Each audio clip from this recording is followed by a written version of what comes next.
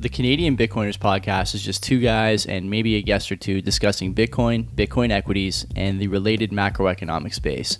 It's not meant to be financial advice, so please, if you're doing any investing after listening to our program, do your own research, do your own due diligence, and understand that any money you invest can be lost. The show is meant for entertainment purposes only, and we hope you enjoy the program. Friends and enemies. You'll notice Len is not here. Len, I think protesting still the Bitcoin Magazine show tomorrow. So he's done me a solid and brought in our good buddy Scribe, Bitcoin Scribe, to help co-host the show. So welcome, Bitcoin Scribe. Good to see you. How you doing? I'm good, Joey. Thanks for having me. My pleasure, buddy. My pleasure. We were just talking about the struggles and the ups and downs of doing home renos and backyard renos and all these things. Wood's expensive, let me tell you guys. We had a busy week in Bitcoin, Scribe. We got a lot to talk about tonight. We got some privacy stuff. We got some block mining stuff. We got some block Bitcoin convert stuff. We got some capital gains stuff. Maybe we'll see. We'll see if we talk about Biden's capital gains. It's not in the rundown, but we might do it in the it's in the show notes. So why don't we start like we usually do with the sponsors? EasyDNS, Mark and team, best place for you to host your content. If you got a website, or you're thinking about getting a website, you want to build something, okay, like we have, like Scribe has. How do you do it? You need a website first. You got to go to EasyDNS. Mark will help you buy a domain, which even though Saylor says there is no second best, he hoards domain names. And so I would argue that he actually believes the domains are second best. You get your domain name, you start putting your content there. What else do you need? You need someone you can rely on and not have your stuff taken down. Mark's for sure not going to have that problem. He wrote Unassailable. The book is behind me here somewhere. On top of that, you can have all the virtual private server needs that you have met by Mark. So for our, sort of friend group here, Bitcoin node, Nostr relay, Nodeless implementation, BTC pay server, whatever. Okay. You'd be transmitting data, not money. Do it all with EasyDNS VPS. Plus you got PGP and GPG email, a bunch of other bells and whistles. Go there. CBP Media is the code, or tell Mark we sent you. We know you guys are stacking up. Mark told us that he's very pleased about the traffic that the promo code is getting, which is sick. We love that. So go there, keep it up. Another company that's thrilled with the traffic we're sending them, Bull Bitcoin. We love Bull. Okay, you can go to the post office, buy kyc-free coin with cash on your account with Bull Bitcoin. Bring your QR code that the website gives you. Tell the post office to scan it. They'll look at you confused. You look at them with a confident smirk and trade your fiat bucks for the hardest money around. On top of that, if you want to do e-transfers in, you're not too worried about the privacy stuff. You want to do e-transfers, you can do that too. Piece of cake. Everything's easy. It's all non-custodial. They never hold your Bitcoin. You give them a wallet address, Lightning address, LBTC, whatever. They send it to you. Everything is coin joined on the way out, which may not be the case forever. We're going to find out. Talk about that tonight. And on top of that, you can pay your bills there. Not just like, one-off kind of cell phone and stuff, but if you really want to live on the Bitcoin standard, your mortgage, your property tax, energy bills, whatever. They got all the vendors there. Big drop-down list on the bills platform. I want Bitcoin.ca's website, or you can go there, use our promo code. It's in the show notes. I don't have it memorized. You for sure don't have it memorized. And we look forward to seeing you guys continue to run your money through Bull Bitcoin because they're crushing it. Now, before we get into housekeeping here, I'm going to do the boost. Len sent me the boost. I should have sent these to you, Scribe. I don't want to read them, but Len does a good job with them. We got a handful of boosts here. Bitcoin plus food, 200 sats. Unlistenable audio. Sorry. Bitcoin plus food. Listen to me. This is about the Tom and Aiden episode from last week. I made a mistake in the setup. So StreamYard wants a camera and a mic. It wants you to pick your inputs when you fire up the thing. It's easy when you're streaming, but when you're at home, you actually have to use the OBS camera, but not the OBS mic. So my fault there, but it gets better after about 7 or 8 minutes. I did end up fixing it thanks to somebody in the chat and Tom paying attention to the live feed. So Bitcoin plus food. Hope you come back for another episode, buddy. Owen 21, 333 sats. Appreciate as always. We appreciate you, buddy. Mo BTC Dick, 500 sats. This is good alpha. Something we talked about offline, Scribe. Tagging on to the trades debate. We're about to have an insane squeeze in trade work. I've been a Sparky, that's an electrician, for 8 years now, and I've never seen so few new hires ever. Not even close. We're getting maybe 1 or 2 new hires a month, and 90% of the time they have no idea what they're getting into and will most likely not continue in this career despite us trying to accommodate them. Tradie wages are going to rival very high-paying careers in the next decade, I think. BTC Dick, I agree with you. Now, the real question is that show that Ricky is doing on Crave now, where he's a trades guy. Is that going to improve the flow? I don't know. We're going to find out. D5E5, 500 sats. Will voting for the other party stop this Canadian recording of assets policy? If so, Pierre Poilievre is my guy. Voting will not help. It is a fool's game, in my opinion. Doug and Roop 525 sats. Similar capital gains antics in the UK, but not quite the middle class asset strip mining that Trudeau's gone for. Will be very interesting to see what this does to Canada's economy. Good luck with that. Scribe, any comments on that? You guys ever boost the show? How come I never read anything from you? Yeah, I never boost. Am I laggy? Maybe just a touch, but not much. Oh, okay, good. My camera's lagging on my own. Yeah, I've never boosted the show. It was the first. I'm confused by the first guy. Why did he boost if he just listened for 6 minutes, decided it wasn't for him, but sent you one anyway. We have a very little fan base. We'll take his sats and report on the problem. Housekeeping for this week. Busy week for me. Len is, like I said, in parts unknown, staging a hunger strike or something. I don't know. Today, obviously, the flagship, me and Scribe are going to hold down. Tomorrow, David Bailey and Mark Goodwin. A dinner party like no other. Let me tell you, here on the CBP, that's from 7 to 8 o'clock. We'll be talking about Bitcoin Magazine, among other things. Should mention Mark and Dave, like diametrically opposed to, like, in many of their viewpoints. And so I'm interested in hearing what they have to say about stuff like the ETF, about stablecoins, about, Bitcoin broadly, ordinals, all that stuff. And we'll talk about some not so controversial stuff too, because I do think those guys have a lot of valuable stuff to say, which is not the popular opinion these days, but I don't care. Wednesday, I'll be on High Hash Rate. That's late at 11 o'clock. I don't think it's live. I don't know when it'll be released, so I don't make any promises there. Thursday, I'll be on Why Are We Bullish? And Friday, I'll be doing Money Talks with Mike Campbell, probably my 4th or 5th or something appearance there. Looking forward to speaking with him. Scribe, you got any housekeeping? What do you want to talk about? What are you doing this week? Not much, buddy. This is basically it. And then just showing you, I almost brought a glass of milk on because I knew you were going to have one. I love it, man. Everyone should be drinking more milk. Like, we talk all the time about the importance of milk in the fitness regime here. So I'm a little surprised and disappointed, but you can do that in your next appearance. We should start, Tribe, with this news about Samourai. So for whatever reason, I shared... I shared with myself a list of stories, and Samourai was the first one. So Samourai wallet, what's the best way to describe the story? Taken down last week by U.S. regulators. One guy arrested in Pennsylvania, the other in Portugal. And the claims are not very friendly. Let me tell you, among them, the accusation, the allegation, the charge that Samourai laundered more than $2 billion to organizations or entities that were either sanctioned or represent terrorist interests or things of this nature.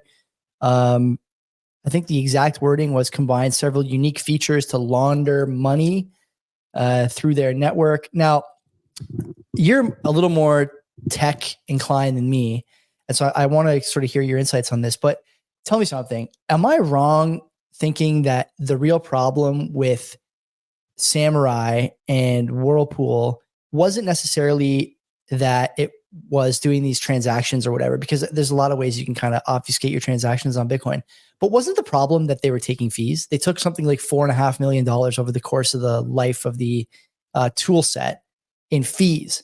And so I would argue that even though you may say that you don't hold the Bitcoin at all, which they didn't, it was like just kind of a signing and swapping tool. Taking fees, isn't that enough to get you tagged by the government? What do you think?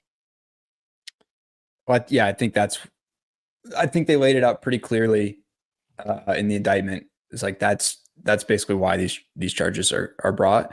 They know, like, the government knows that Samourai didn't directly touch the money, but I mean, what's the, like, in FinCEN's guidance or whatever, they compare it to like a frying pan transferring heat from your stove to food. It's like, that's all it takes really to be, you're aiding and abetting basically in money laundering. Look, my take on this is that I didn't use Samourai. I wasn't a particular fan of their antics on Twitter, but I view FinCEN as a direct violation of your Fourth Amendment rights in the US. They've basically created a system where you need to over-report on all of your transactions in order to not get caught up in any of this. And I just think that's a violation of your rights. It's your money. You've got a right to do with it what you want. Yeah, that's my quick take on it.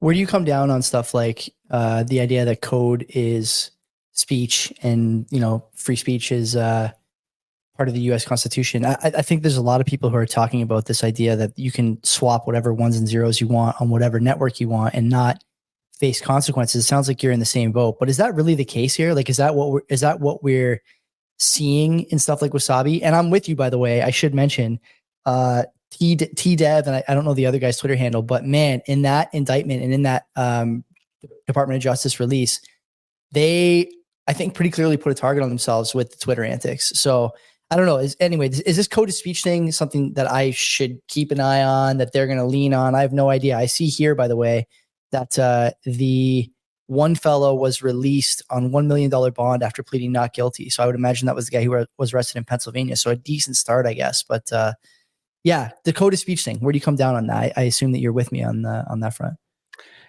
Yeah, I mean, there's definitely a case to be made that that there's like a First Amendment defense here, but again, I'd say it's a Fourth Amendment defense. You've got the right to not be the government can't perform illegal search and seizure on you. And I would say that if the government is basically mandating all of these companies to report all of their transactions to them, no matter what, the companies are basically being coerced to do this, because if they happen to fail to miss a transaction that in hindsight was used for something the government deemed illegal, then the company is going to get fined out of their minds, or the people that run the company are going to get arrested.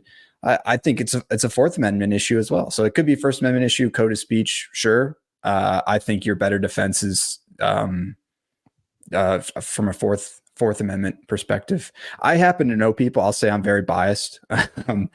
I know people very well, and people, in fact, that are related to me that have been basically hounded by FinCEN and have had to pay enormous amounts of fines because they just, they underreported. It's a small company. You underreport. You don't have data analysts. You don't have the legal team required to constantly report these things, to keep an eye out for these things. And so they ended up getting slapped with a huge fine from FinCEN. And so I'm completely biased against them. Yeah. When you start coming after people that I know personally, it's a little different, Yeah, of course, man. Like it'll color your view. One of the things I kind of want to talk about is, and this is on the show notes too, but we'll kind of lump it in here. Wasabi also now not accepting US IP addresses for part of its suite of services, suite of tools, and a lot of hubbub on Twitter about, look, you're seeing now, I think in a lot of ways, the clamps coming down, and in some respects, there's something to be said for, like, are we being lulled to sleep by the big price moves? And if we think about some of the stuff that's happened over the last 2 years, let's say, you go through like FTX, some of these other huge dips, Terra Luna, whether it's like a company like this going tits up, or a stable coin, algo stable coin, or just derivatives people getting wiped out, right? Like leverage getting wiped out. You've gone through all these ups and downs and not really had a ton of direct state attacks on Bitcoin. I think that's safe to say. Now, as the price is rising, you're seeing state attacks more and more. That's one piece of it. But I think the thing that's under discussed, maybe not under discussed, but it's not, there's no deep dives on this. If we look and see what is going on in terms of the basement, especially where you guys are in the US, here it's, it's already a done deal. We're spending like crazy over here. The ship has sailed, but you guys are really the sort of flagship democracy, let's say. There's clearly something coming down the pipe where there's going to be a move to remove privacy from people, to make sure that all financial transactions and financial assets have perfect transparency, so everyone can see what you have at all times. There's no hiding, no evading of taxes, no fleeing the jurisdiction for another without paying your quote unquote fair share, as Biden and Corinne would say. And also, I think there's going to be the criminalization of discussion and attempts to demonize the dollar, direct or indirect. And that's how I view this. If I think about what's gone on with Samourai, I really think that it's it's like a scared animal, right? 2 or 3 years ago, if you told me that this was going on and the price was 10,000, 15,000, I would go, yeah, like they're maybe laundering money. And they could have been laundering money for terrorism. I have no idea at the moment. But I view this now as like a scared animal backed into a corner, starting to act out. Do you share that view? Is this a soft whimper of sort of a dying regime? Or is this just another example of how no matter how decentralized you think you are, someone somewhere can be putting cuffs over it? And you mean a scared whimper from the U.S. government? Yeah. I think so. I mean, you had a great tweet the other day when all of this was first starting to come out. It's like, this is an admission from a government that's told us over and over again that this thing that we're doing is a beanie baby. It's a tulip. This is an admission from them that what we have here has legs. It is money. And I think you're exactly right. I think you're spot on. I think the U.S. government is holding on to this last little bit of power that it wields, which is the U.S. dollar. And as soon as that thing starts to collapse, man, God help us, because it's not going to be pretty, I don't think. Well, what's the next step here? Like, if you were a mixing service, because let's be honest, we don't have any other big mixing services besides Wasabi and CoinJoin. People talk about Join Market. You could use Lightning to obfuscate if you wanted to. I'm not recommending that, but you could. It's difficult to track transactions through Lightning Network and back to layer one. What's the, like, if you're a small dev or even like a Bitcoin dev scribe, working on tools that are privacy adjacent, even this has to send a shiver down your spine, does it not? Yeah, I think even outside, even outside of Bitcoin, you're starting to see them clamp down on, hey, any transaction over, $600 has to be reported to the IRS. I think you're just going to continue to see this in companies that don't even have anything to do with Bitcoin. Like, you look at Cash App, obviously they've got Bitcoin on the app, they've got Lightning enabled, but you just look at Cash App's peer-to-peer cash payments, just pure USD. I'm sure they're reporting a huge amount of these transactions. Just because, like we opened up the show with, you've got all these regulations in place. You're not sure if you fail to report something, and then in hindsight, the government gets to come back and say, hey, we actually tracked this $3 payment to a donation to people that we don't like. You're just incentivized to over-report, which I go back to it being a direct violation of your Fourth Amendment right if you happen to live in the US. But if you're a dev, man, I'd be terrified of working on these things. I know you mentioned Wasabi's blocking users. Phoenix announced that they're taking their product off of the App Store in the US, and I don't blame them. And I know this is a Bull Bitcoin show. I like Francis's take, which is the US is an absolute nightmare for anybody that wants to run anything related to privacy. And so I don't blame these people. And I know Francis has said that he can't get Bull Bitcoin into the US because the regulatory landscape is too strict. And I really don't blame them. I think the US is making a massive mistake. And I think that really all they're doing is they're just chasing away innovation. Yeah. The innovation thing is a hard pill to swallow for me, because it's happening here too. Like, we're demonizing Bitcoin all the time. And maybe we'll talk about that now. So in Canada, word in the most recent budget, we talked about it a bit last week. I think we kind of missed the mark though, so I want to bring it up again. Word in the budget, the Canadian budget from 2 weeks ago at this point, but last week really was the where all the commentariat showed up. Our government is looking at the worthiness, let's say, of crypto and Bitcoin related investment vehicles in the tax advantaged accounts. So things like the ETFs, potentially MicroStrategy, Coinbase, companies that are on the S&P 500, on the NASDAQ, no longer potentially going to be tax advantaged for you as a Canadian. So, I'd be curious to get your thoughts on this, but, I'll maybe give you a pitch across the middle here.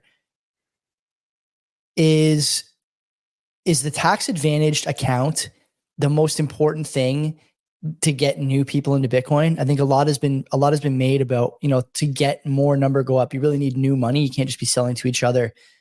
People who had Bitcoin and getting back in, people who want out and want to get back in later. You need new money. And is the ETF the new money vehicle that we need? And, Canada's a small market, but be curious your thoughts on whether or not this kind of thing could show up in the United States, given the way that your Justice Department's villainizing Bitcoin on other fronts. Yeah, it's interesting. Are they going to attack true self-custody of Bitcoin, or are they going to start attacking like your ability to do things with non-custody, like things like the ETF? That's a good question. My immediate thought really was with the tax advantage. Most of these are, yeah, I agree. They're self-custody or bust. I 100% agree. I don't trust the ETF. I don't own any of them. I don't know, but I also have access to Bitcoin. Like, what happens when all the on-ramps get shut off? It's going to start getting tougher to buy Bitcoin, you know? So I don't know. It's a good question. My immediate thought is how many people in Canada even take advantage of the tax advantage accounts anyways. Like here, I think it's pretty similar to our retirement accounts. We've got like a Roth traditional, we got 401k. And I know a bunch of people that don't contribute at all to any of those. So it's like, that is actually a good point though, Scribe. Like we talked on the show before, and you and I have discussed offline with our other buddy who will remain unnamed tonight.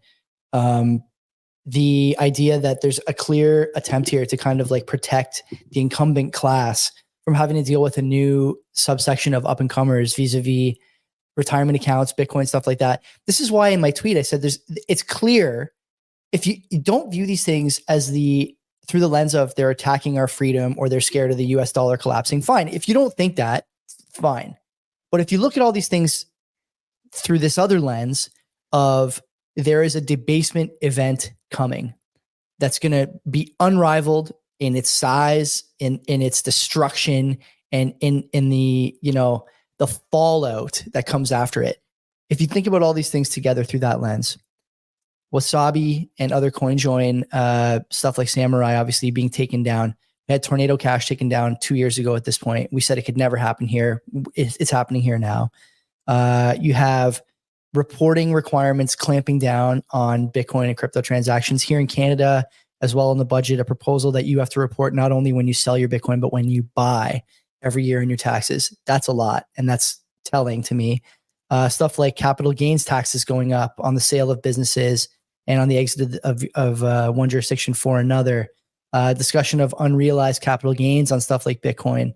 You guys are also proposing a fairly large capital gains tax, talking about taking away tax advantages from Bitcoin and related products in otherwise tax advantaged accounts.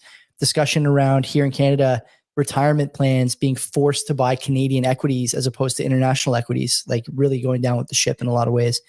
Think about all these things through the lens of there's about to be debasement. We don't want anyone having any assets except the people we know. It's like this devil you know argument against the devil you don't. The last thing they want is, me and you rising up in our citadel and, having 100 kids each and deciding that I don't really feel like doing this anymore. I don't really feel like living here, paying taxes here, building a business here, all that stuff. Am I on the right track there? What do you think? Yeah, the only thing you're wrong on is you're saying it's going to happen, and it's already happening. This is exactly, it's already all happening. I mean, and they do it. What pisses me off the most is they do it all under the guise of like, we're just looking out for your best interests. Well, if you were looking out for my best interests, like, you wouldn't be taxing my income when I make it and then taxing it whenever I buy anything. And now you're talking about taxing it before I even sell the thing that I bought with tax money. So like, yeah, man, these people don't care about us. If you still think that they do, I think you're just like, I don't know, your head's up your ass, really. Yeah, you're exactly right. This is exactly what they're doing. The question now comes to us, right? It comes to people like me and you. Do we stay where we are and fight for the things that, generally speaking, Western civilization was built on, or do we pack it up and move to somewhere like El Salvador? I happen to live in, a relatively,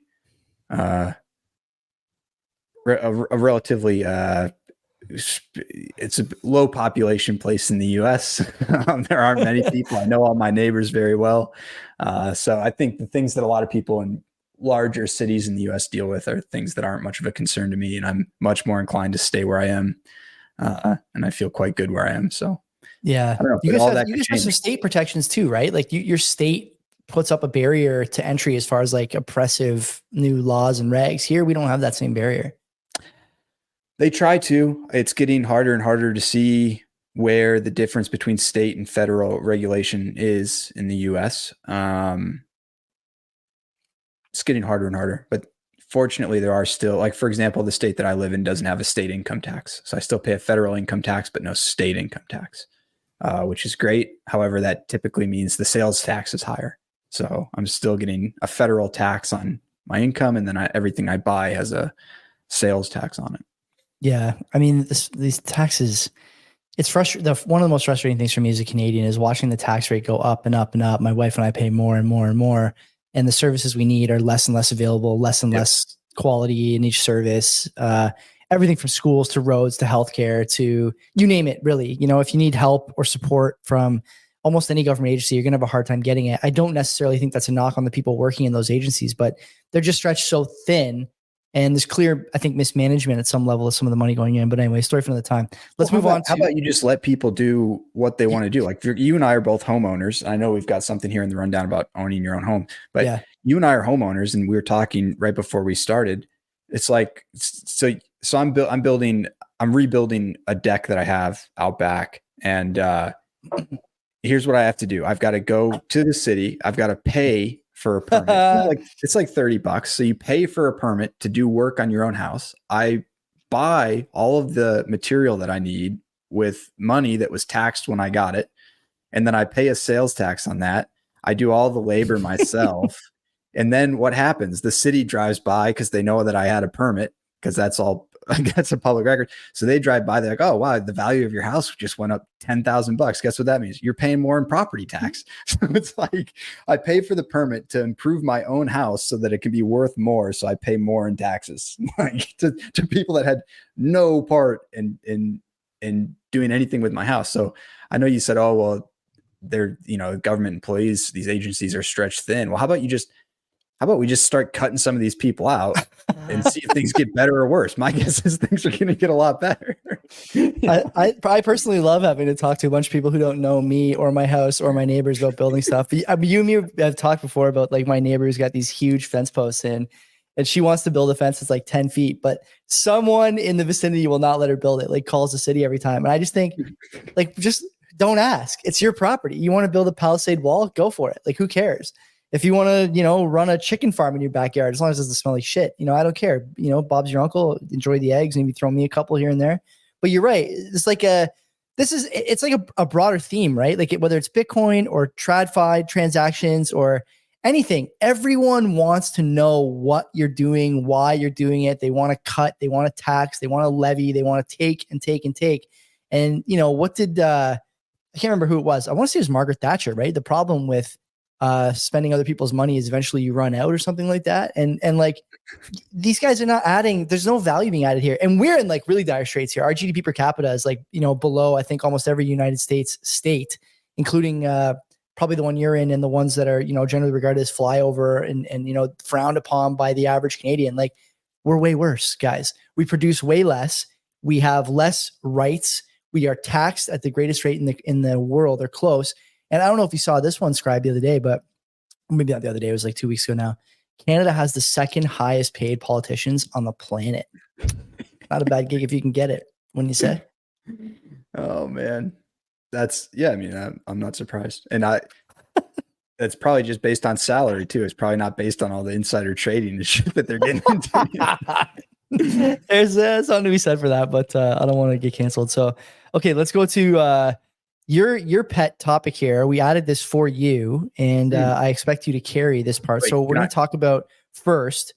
I have actually two of them here. I have the block enabling the Square sellers to convert sales to Bitcoin with Cash App, and I have the block miner update. So where do you want to start? Which one do you want to do first? Can I just say one more thing on I know we started with privacy and then went down this this tax rabbit hole, but I've seen a lot of takes on Twitter over the last few days about the arrests. Almost everybody condemns the arrests. Hey, we don't like these guys. They kind of made a target out of themselves, but they shouldn't be arrested.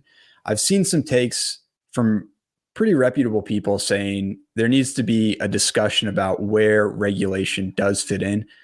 I would just say this: if I had any hope whatsoever that government agencies would enter that conversation in good faith, I would say let's hear them out. There's never been an instance where any of these agencies have said, hey, we're going to do this, and then that's it. That's the line in the sand. We're never going to exceed that. They always go one step further, one step further, one step further. So our own agencies have gotten themselves into a position where we don't trust them to do absolutely anything. So we would just rather not have them in the conversation at all. Yeah, that's where I would end on the privacy thing. It's like, I wish I could have a good faith conversation. Let's keep going, right? Like, look at, you guys have Coin Center over there. We have this thing that just started last year, the Bitcoin Coalition of Canada or whatever. In both cases, they claim to be quote unquote, like, you know, engaging with regulators, engaging with politicians. And I would just say, like, and, you know, I like the Coin Center guys. Van Valkenburg and Niraj are, you know, popular on Twitter. I think they're smart guys, but like, you have to ask yourself, you know, the Coin Center group does a big dinner every year. They raise a lot of money.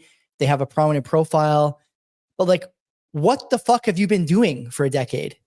What the fuck have you been doing? If this is still happening today, guys are getting nabbed. Show me where the money went. Show me your wins. And here in Canada, like, it's even worse. We have this coalition that, as far as I can tell, has 0 wins, 0 traction. And judging by the commentary in the budget, and by the way, people close to the budget and close to the coalition that message me privately, these guys are not even in the fucking room.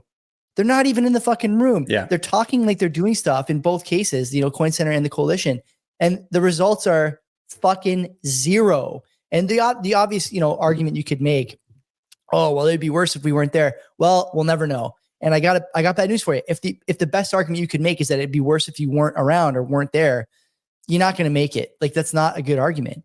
And so I don't know, like, where do you, like, even Porter, right? Satoshi Action Fund, he's trying to go state by state. It's a bit of a different operation, but like, fuck, man, if people are still getting arrested for running open source stuff, like, where have you been? What have you been doing? What have you been focusing on? If not this, do you not understand the value prop of Bitcoin?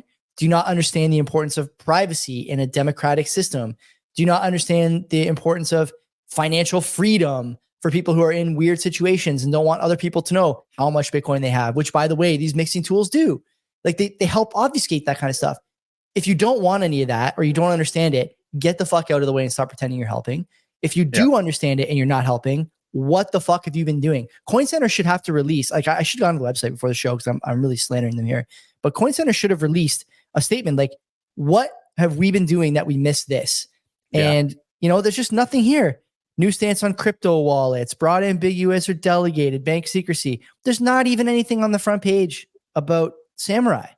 So, like, what have you guys been doing? There's a banner on the top. Get your tickets to the 2024 Coin Center annual dinner. What do you think it costs? What do you think it costs? Individual entry for one man to get in. What do you think it costs? Scribe? 2,000. $750 US. You can sponsor a table for $25K, $30K, or $40K. Thanks for your generous donation. Get fucked. What have you been doing? What have Joey, you been doing? You not getting a table is, I mean, they need more money. They you think my 40K would have stopped this? Oh man, if I find that out, fuck, I'll be pissed. I'll be so pissed. Yeah, look, I mean, that's my big thing. That's what's been eating me up all week, is it's all these people that are like, oh, we need to have a real conversation about where there can be some compliance regulation. And in my mind, it's like, well, you have to know that these agencies are not coming into those conversations in good faith, which makes me think all these companies that are leaving the US are in the right, because like, what are you going to do? You're going to overspend on a legal team that you're a small company. Maybe you've got 10 developers and you're going to spend what, 30, 40, 50% of your entire company's budget on a legal team that's going to go state by state. Like in the US, to get money transmitter license, that's a state by state thing. You've got to go to each state regulator and figure out what their rules and regulations are and abide by them. And, you know, that's a lot of money, and lawyers ain't cheap. So I don't know, in my opinion, and at the end of the day, none of that should matter anyways, because it's a direct violation of your Fourth Amendment. Like, you do not need to have every one of your transactions monitored by a U.S. government agency. You just don't.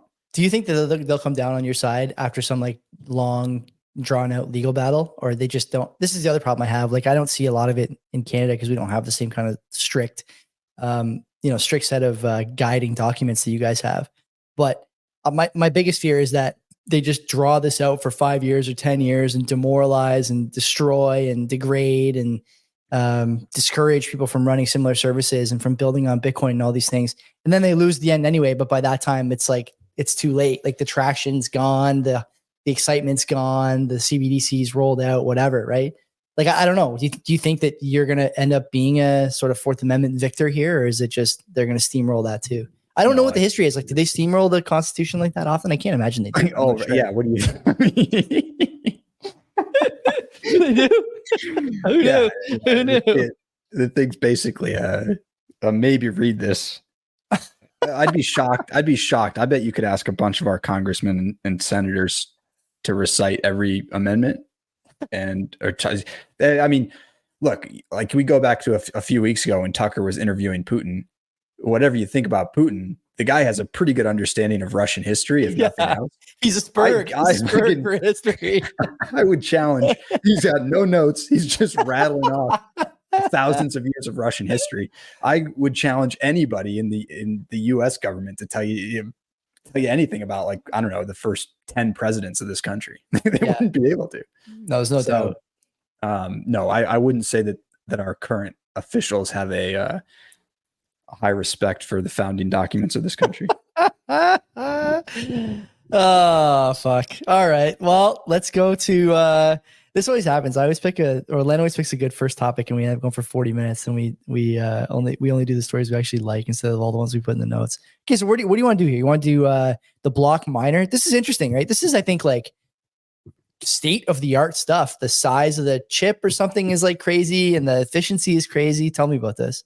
Well, yeah, right now, I'm first of all, I'm biased also towards Block. I'm a big Block guy. Really like Block. Really like what they're doing. When it comes to mining, I just pulled up kind of like a timeline of what's going on with their mining. So in October 2021, when Block was still Square, Dorsey tweeted that they were considering developing a mining system. And he just tweeted out, like, what would you guys like to see from that? This was October 2021. By January 2022, they came out and basically said, we're going to move forward with this based on the feedback that we got. These are the things we're going to focus on. And the biggest thing that they needed to focus on, they said, was vertical integration. They wanted to do everything in-house, including building out their own chip system, right? Not long after that, Intel announced that they were going to roll out a Bitcoin mining ASIC. And one of their first customers was Block. So like they went from, hey, we're going to do everything vertically integrated to we're kind of outsourcing our chip development to Intel. Well, it didn't take Intel long to like abandon that product. And in April 2023, they basically announced that they're going to stop production of this. This was a 5 nanometer chip. And Block actually went ahead and bought out a ton of those chips. So Intel stops taking orders. They stopped producing it, and Block bought a ton of them and basically said, this is going to hold us over until we can design our own 3 nanometer chip. And last week they announced that their design on the 3 nanometer chip, which is supposedly much more efficient, is now done, and they're sending it to the foundry to be made. So that's the news on their chip. Dorsey also announced that they're going to develop an entire mining system. So they'll sell the chips, and then they'll also sell their own system. And then with the chips, they're going to release a mining development kit, which is pretty cool. Spiral, another Block company entity, has already released like a lightning development kit. So this mining development kit could be bought or used in tandem. I think it's going to be open. I think it's going to be an open source development kit. But you could buy a mining chip, the ASIC itself, from Block outside of its own mining system, and then use the MDK to maybe even design your own rig. So pretty cool stuff. I like this a lot. I gotta be honest with you. I've wavered on Dorsey over the years because it seems to me like he sometimes gets distracted by stuff, and was in on this blue sky thing when I think he should have been focused on Bitcoin. I have to admit, Scribe, that I am curious after seeing him pay for quite a big chunk, or help pay for quite a big chunk of the CSW litigants' defense. I wonder if he's going to do the same for Samourai and these guys. I'd be curious about that. But on the mining front, I like this a lot. I think that mining, and I said this on the show before, I think that mining is becoming dangerously centralized. And it seems like a lot of people now are starting to go on podcasts agreeing with that sentiment. and explaining it in ways that maybe I can't because of my sort of technical shortcomings. But the thing that I like about this is I think, count on Dorsey to do things that maybe hurt his bottom line as far as the quality of the miner, ocean, stuff like that, and trying to get miners into as many new hands as possible, whether those hands be industrial, individual, or otherwise. I don't know what the ETA is on this. I don't think it's in the article here, at least not the one that I'm reading. But inside of 2 or 3 years, it's not bad. I think the big question is how are you going to handle what's clearly a supply chain crunch and all this stuff, right? Miners are infamously hard to get a hold of. Industrial miners have been securing, quote unquote, securing hardware, putting out announcements about securing hardware, watching their stock price rip, and then never getting the hardware while it's actually efficient based on the hash rate. And I'd be curious how he's going to avoid doing something or having the same problems. Do you have any thoughts on that? Yeah, the hardware bit is particularly important. The one thing I would say about Block is that they also own a number of well, I wouldn't say a number, like Square, their point of sale terminal, they build their hardware. So they have some existing infrastructure for hardware production. Now it's not a Bitcoin mining rig, and it's not, producing your own silicon chips, which is particularly difficult. And there's only a few companies in the world that produce them at scale. The nice thing about Bitcoin mining is that I don't think you really need to be able to scale really big, because I don't think there's a ton of people that are going to jump on the opportunity to mine Bitcoin. So the margins have to be right for them for sure on this product. But I don't think they've got to produce anything in huge quantities, at least at the start. So I don't think it'll be a big issue for them. I think it's easy. They have their venture arm backed Gridless, which is where is it in the article here? Kenya. So they have a place to kind of roll this out on a pilot scale, a pilot scale launch size. I don't know. The other thing too that kind of worries me here, if I look at the market for ASICs, whether it's new or used, it's hard to displace the current, champion of the space, right? Whether it's Antminer or whatever else is out there. These guys, they have a stranglehold on the market, not only because of their production capacity and whatnot, but also because they have the sort of embeddedness of being in every industrial miner's warehouse and being in every homeowner's HVAC setup or whatever. So Dorsey really has to be, what is it saying? You have to be 10x better to get people out of the sticky ecosystem or off of a sticky product. How do you get to be 10 times better in a system, in an ecosystem that's as competitive as Bitcoin mining? And by the way, only getting more competitive. Anyone who looks at the hash rate chart, talk about a chart that's due for a pullback that's never coming. That's the one. So in an ecosystem this competitive, how is he going to displace any of these guys? This is the other thing I have a problem with. I get that he's kind of a big dreamer and has, very, very significant aspirations to do great things. But I worry this is a bit more than he can chew. And also, from a hardware perspective, how was their Bitcoin wallet received? That's a much simpler piece of hardware. I realize these things are, not quite so easily compared, but I don't think it was received that well. I haven't heard a lot of people talking about it, speaking highly of it. And so I wonder, if you couldn't get that right for a lot of consumers in what's arguably a much less competitive market at a lower entry point and a lower price point, what makes him think he can do this? Yeah, I agree. I did not get a BitKey.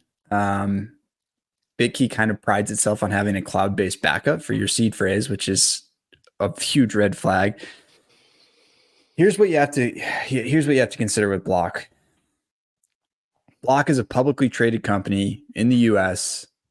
And I think what Dorsey's trying to do is he's trying to create this middle lane for Bitcoin where you've got your Bitcoin maxis, you've got no coiners, and then you've got a bunch of people in the US particularly that maybe you want to get into Bitcoin, but they don't know how. Now we've got these ETFs. We talked about that a little bit at the front of the show. But how can you actually get Bitcoin into the hands of people that want direct access to Bitcoin in a way that's pretty easy to use? And I think that's where Block is trying to create products. I think that's what BitKey is. So it's certainly got its flaws, but I understand at least where they are. And I would imagine that that's also what they're going to do with mining. So you're saying, how are you going How are you going to create this 10x event that gets people out of the sticky situation? Maybe he doesn't want to take people away from ant miners. Maybe he wants to get brand new miners in. And I'll tell you, if you want to get home miners, because one of his big things is he wants to decentralize mining. If you want to get home miners, one of the best things you can do is just make sure that you send a system when someone orders it. Because at the moment, if you're trying to buy like a used miner, you basically just send somebody that you meet online Bitcoin and hope that the thing shows up. So yeah, that's one thing you get. Of course, you can make them more efficient. That's what's going to pull in larger industrial miners, although I don't think that's what Dorsey's plan is for this. So I think that the issue they're going to run into is really a marketing issue. Like, how are they going to bring in new home miners? Because I believe that's the niche they're going for. Yeah, that's a good point. Actually, I kind of do like this idea that, you don't have to go to Kaboom Racks. I love the Kaboom Racks guys. Don't get me wrong. They're doing the Lord's work, but the idea that you have to go on Kaboom Racks, pay for a used ASIC, you don't know really how long the thing is going to last. You don't know, sort of the condition of it. Or you can go on these other Telegram channels where, like you said, you send a guy Bitcoin, he sends you a skid of like loose boards and loose, frames and loose power supplies, and says like, well, hopefully there's 10 units here, but there might be like 6 or 0. And also I sent them in a bubble mailer. So good luck. The fucking UPS guy stomped all over them. There's a dead mouse in it. Like, Who could have seen this coming? I can't believe these don't work. Okay, so we're high on this. We like this here on CBP. Now, this other story from Block, I like this a lot more. This Block enables millions of Square sellers to convert sales to Bitcoin with Cash App. Seems like a pretty easy interface. Convert some of your daily sales into Bitcoin. You choose the percentage. It does the convert for you. It seems like at the end of the day or per sale, and sends it to a wallet of your choice, likely your Cash App wallet. I really like this. This is something they should have done a long time ago. The only question I have is, if I think about all the people using Square terminals here in Canada, it's like restaurants, Apple stores. It's not the kind of stores you would expect to use a Bitcoin convert. Here in Canada, we have Lightspeed POS as well, which is another big provider. I don't know if you guys have it in the States. You may actually. But I think a lot of people use Lightspeed. They're Canadian. They're a little bit cheaper and a little bit less advanced, but it's a high quality product. Let's get your thoughts. I mean, I really think this is a good idea. I would love to see small businesses start at 1%. I should note that there's a quote unquote transparent flat 1% fee that applies to each conversion made from daily sales to Bitcoin. So they're taking a 1% cut. Not great, not bad, but I've always liked this idea of converting some of your sales to Bitcoin. We do that here at CBP. Like, we convert some of the sponsor contract money to Bitcoin every month. And I just think there's no better way to get people on board than to do so in an ecosystem they already know, already understand, and maybe most importantly, already trust. There's no way that they're worried about Cash App losing their money or Square losing their money or whatever. And so use these two things to get people into Bitcoin, have them start being savers, and that sort of marginal new Bitcoin user that you get through a 1% convert, you wouldn't have gotten any other way. They're not going to Coinbase. They're not buying Bitcoin on their app. I really like this. Where do you come down?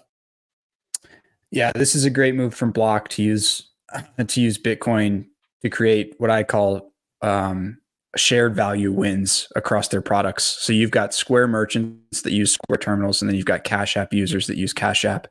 What a great way to get your Square merchants to just to put this money into Cash App and then convert it into Bitcoin. So on the Cash App side, you get the win. Block gets the win from selling Bitcoin. They've got that 1% fee. And from a merchant perspective, it's a no-brainer. I put up a thread a few days ago. Whenever this news came out, I basically just went back and said, for the last 365 days, if you were a merchant doing 500,000 in annual sales, and you just put 10% of that, basically assuming that sales are distributed equally across all your days, if you just put 10% of that, or you put any percentage of that into Bitcoin, over the last 365 days, you would have been up 85%. Now imagine you held it in cash, right? Now imagine you're in Argentina and you're a merchant and you held it in the Argentina peso, right? So I think Square has a massive opportunity here to provide a lot of really, really great store value. They get to lean on Bitcoin for its store value properties. Yeah, that's a great, what did you call that? Shared what? Victory? Shared what wins? Shared app wins? Shared business wins? Yeah, so if you're a company, you've got multiple products, right? Like, Block people know Block owns Square and Cash App. They also own Tidal. They own Spiral. Like they own Afterpay. So anytime you can create a product or some feature within a product that hits more than one of the things in your ecosystem, in this case it's Cash App and Square, I just call it a shared value win. Like, the merchant wins because they get to basically have a safer store of value in Bitcoin, and Cash App wins because they get to make basically 1% on the Bitcoin that you buy. So I call this a shared value. I think this is great. This is a good thread. I retweeted this the other day, but people who haven't seen it should go back and look. It's on your feed, Bitcoin Scribe from April 24th. Lots of good data. You might be the biggest Square bull that I know out. Like, you definitely are a bigger bull than me on Square, and probably also than our mutual friend SB, who's another Square bull. Like, what is the, I don't know, what is the value prop? Like, I'm trying to understand why anyone would use another POS terminal besides one that gives you optionality. And I don't see it anywhere. Afterpay is another great example. Like, you do an Afterpay thing. Afterpay is the kind of thing that a lot of people use now because of the economic conditions we find ourselves in. Square terminals are things a lot of people use. Cash App, a lot of people use. I don't understand why you'd go somewhere else for any of these services. Now, you're a big Tidal guy as well. You should give me a breakdown here, a quick breakdown, like 30,000 foot view on your Tidal / Bitcoin tie-in take that I've heard you mention a few times. I think it's pretty good. Even though I don't use Tidal, it's a good idea. Yeah. So Tidal is a music streaming platform that Block acquired. This is why you see Dorsey hanging out with Jay-Z all the time, by the way, which, look, based on the Diddy stuff, he may need to separate himself a little bit, That's what I was saying. But yeah. There goes your chance of ever having Dorsey on the episode. So Tidal's a music streaming service. Primary competitor, obviously, is Spotify. And look, one of the reasons that Jack and Jay-Z have Tidal and own Tidal is that they want to change the way musicians get paid. That's basically their goal of Tidal.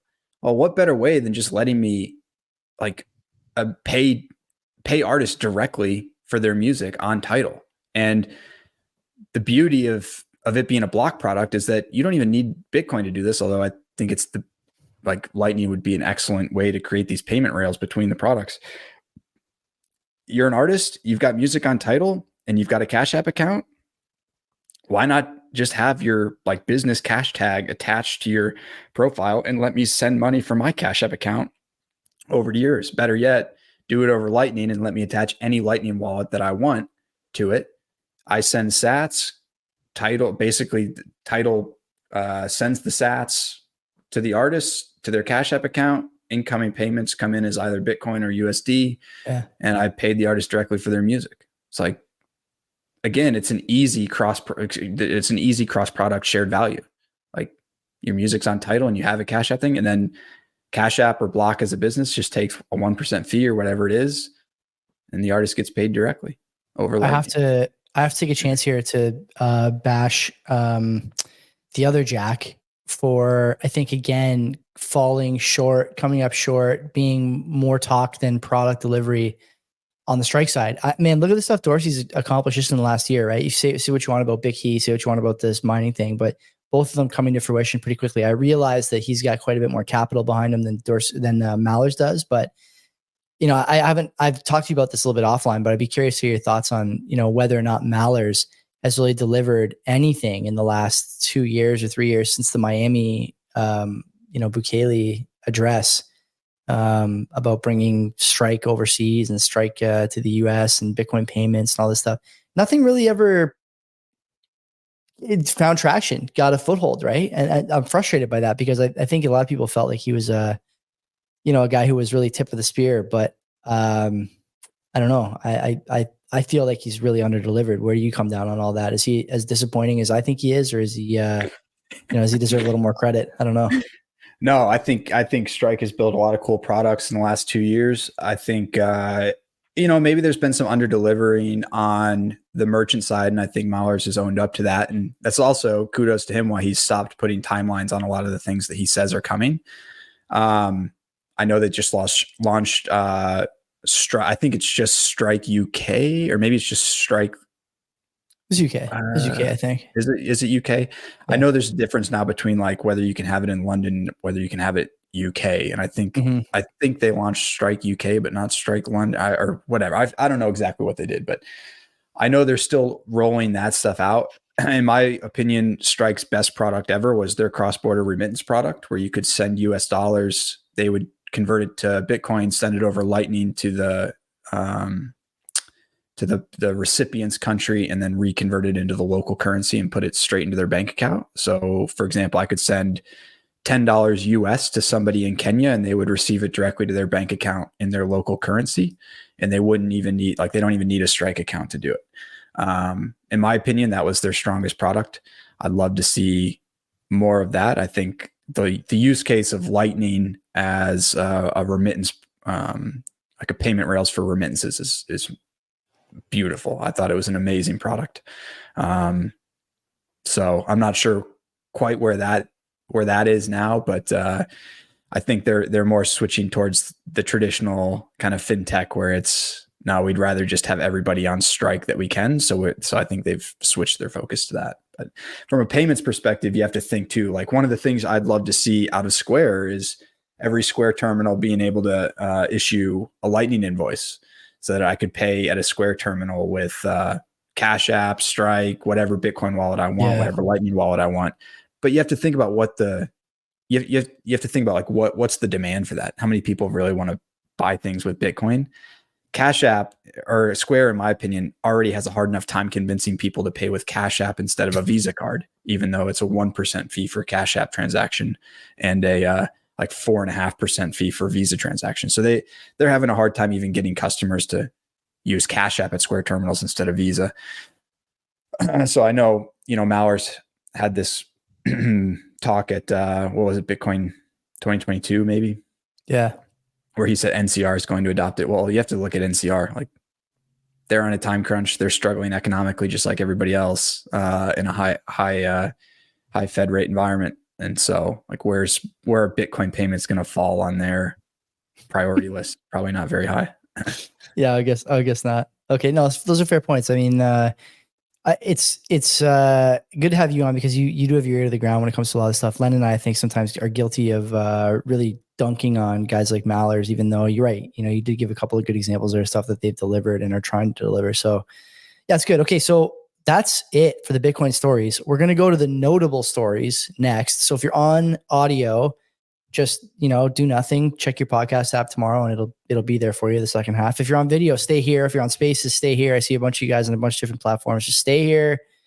Don't do anything, and take care of yourselves. Okay, now you have to say, don't be a cuck. Don't be a cuck. Are you a fan of the old school NHL 94 game on the Genesis or SNES? Why not check out my show, the NHL 94 podcast? From tournaments and tactics to the people who make up this community. Check it out wherever you listen to podcasts or find it on YouTube.